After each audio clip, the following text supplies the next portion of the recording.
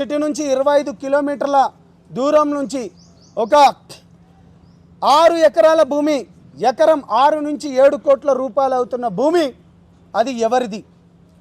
మేము ఇవన్నీ ఎందుకు చెప్తున్నామంటే మిత్రులారా, దగ్గర అధిక శాతం వడ్డీ పేరుతోని ఎవరైతే చనిపోయారో బంజారా బిడ్డలే ఉన్నారు. దగ్గర 80% మంది మా బంజారా బిడ్డలు ఉన్నారు. ఇవాళ చనిపోయిన దాంట్లో కూడా మా బిడ్డలే, మా బంజారా బిడ్డలే. ఇవాళ ఉస్మానియా బ్రదర్ ఆఫ్ చేయండి బ్రదర్. ఇవాళ ఉస్మానియా బిడ్డ కూడా రామ్దాస్ అనేటనే అతను కూడా ఇక్కడ చదువుకున్న వ్యక్తే. ఇతను 40 లక్షల రూపాయలు ఇచ్చాడు. ఇతను 40 లక్షల రూపాయల ఇచ్చి ఇవాళ ఎక్కడ పోయిండు? గోతిలో పడుకున్నాడు. ఇవాళ దీనిపైన మీరు ఆన్సర్లు చెప్పాలి. దయచేసి మీ అందరికీ నేను సవినయంగా వివరించుకుంటున్నాను. ఎందుకు మేము ఇంత పోరాటం చేస్తున్నామంటే, కొంతమంది అంటారు పాపం బంజారా బిడ్డ కదా, లేకపోతే ఎందుకు ఇవన్నీ అంటున్నారు. ఇవన్నీ నేను చెప్పే మాటలు కాదు, నేను చెప్తుంది కాదు. బాధితులు మాకు ఇప్పటి నుంచి లేటెస్ట్గా వచ్చింది. రమావత్ లక్ష్మ సీత ఎన్ని కోట్లు ఇచ్చిందంటే దగ్గర 44 కోట్ల రూపాయలు, 4.5 కోట్ల రూపాయలు, 90 లక్షలు. వీళ్ళంతా ఏజెంట్లు. దాని తర్వాత 90,000, దాని తర్వాత 1 crore, 60,000, 60 లక్షలు, 40 లక్షలు, 20 లక్షలు. అంటే దగ్గర ఇవన్నీ ఇంకా నేను చదువుకుంటూ పోతే చాలా లిస్ట్ ఉన్నది. ఇవాళ ఇంతకుముందు తొలి వెలుగు అన్న ఒకసారి ఉన్నప్పుడు మాట్లాడిండు. స్వయంగా బాధితుడు తను కాల్ చేస్తూ మమ్మల్ని కాపాడండి అనుకుంటున్నాడు. ఇవాళ మేము చెప్పేది నిజాలు బయటికి రావాలి. బెంగళూరులో ఎన్ని ఆస్తులు ఉన్నాయి అవన్నీ బయటికి తీయాలి. ముంబైలో ఎక్కడెక్కడ ఆస్తులు ఉన్నాయి బయటికి తీయాలి. ఇక ప్రధానంగా నల్గొండ జిల్లాలో ఎవరైతే మెయిన్ కల్ప్రిట్ బాలాజీ, అతని తోడున్న మధు అరెస్ట్ అయినప్పుడు గత కొద్ది నెలల క్రితం నల్గొండ ఎస్పీ గారు అరెస్ట్ చేసినప్పుడు మీ అందరికీ మీరు ఈ వీడియో విజువల్స్ మంచిగా చూపాను. ఈ ఆమీర్ పటేల్ అనే వ్యక్తి ఎవరు? ఇతను ఎందుకు వాళ్ళను విడిపించడానికి ఢిల్లీ నుంచి నల్గొండకు రావడం జరిగింది? ఇక్కడున్న మధు గురించి మీకు అందరికి తెలిసిన విషయమే. ఆమీర్ పటేల్కు మధుకున్న సంబంధం ఏంది? ఆమీర్ పటేల్కి మధ్యలో ఉన్న శివ చౌహాన్ ఇతను ఎందుకున్నాడు? దాని తర్వాత అభిషేక్ అనే వ్యక్తి, మీరు ఇప్పటిదాకా తను కూడా అభిషేక్ అనే వ్యక్తి ఎందుకున్నాడు? దాని తర్వాత భరత్ చౌహాన్ ఎవరు? మధు వాళ్ళ బావ. ఈ ఒక్క ఫోటో చాలండి, మిగతాది ఏదొద్దు. ఈ ఒక్క ఫోటో పైన ఇన్వెస్టిగేషన్ చేయండి. మేము రాత్రి పగలనకుండా చాలా మంది దగ్గర నుంచి ఎందుకు ఏందన్నా కానీ నిజాలు బయటికి రావాలి, న్యాయం బతకాలి. పేద బిడ్డలు ఇవాళ చనిపోతున్నారు. పేద బిడ్డలు చనిపోతున్నారు. దీనికి ఆన్సర్ కావాలి మాకు. దీనికి ఎవరు ఆన్సర్ చెప్తారు? ఇవాళ దీనికి ఎవరు ఆన్సర్ చెప్తారు?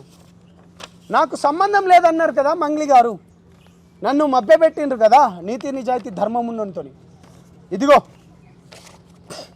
28 కొండపల్లిలో, నల్గొండ జిల్లా కొండమల్లేపల్లిలో 28 కోట్లు వసూలు చేసిన ఒక వ్యక్తి నిన్ననే ఎట్లా పట్టణంలో చనిపోయాడు.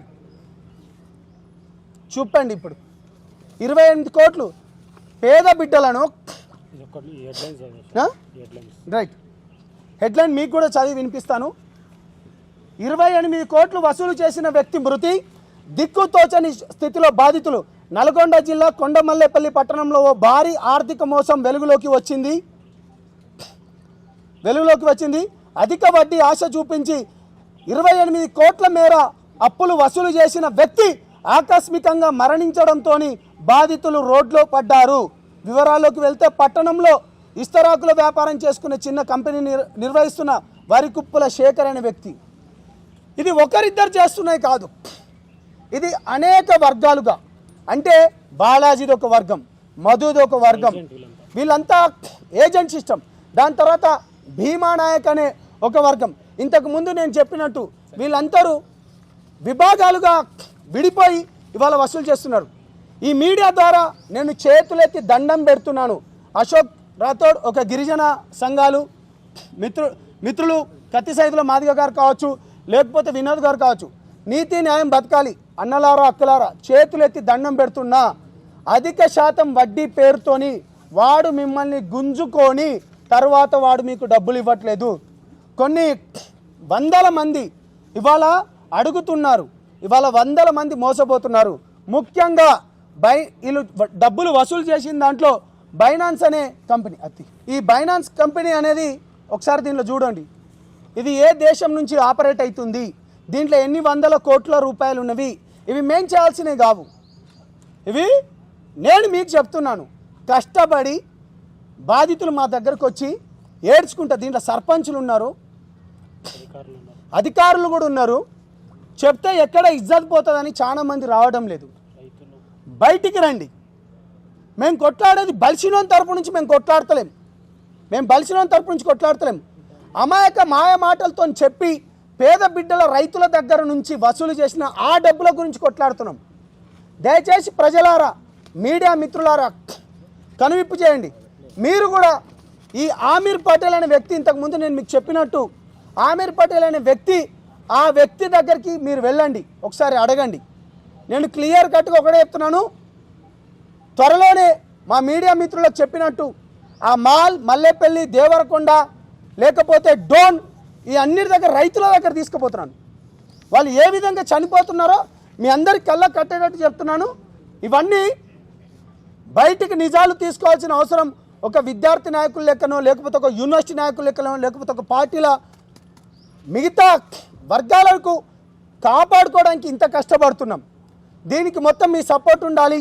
మళ్ళీ చెప్తున్నాను, మీ అందరికీ పేద బిడ్డలారా, మీ అందరికీ చేతులు వచ్చి జోడించి నేను మళ్ళీ రిక్వెస్ట్ చేస్తున్నాను.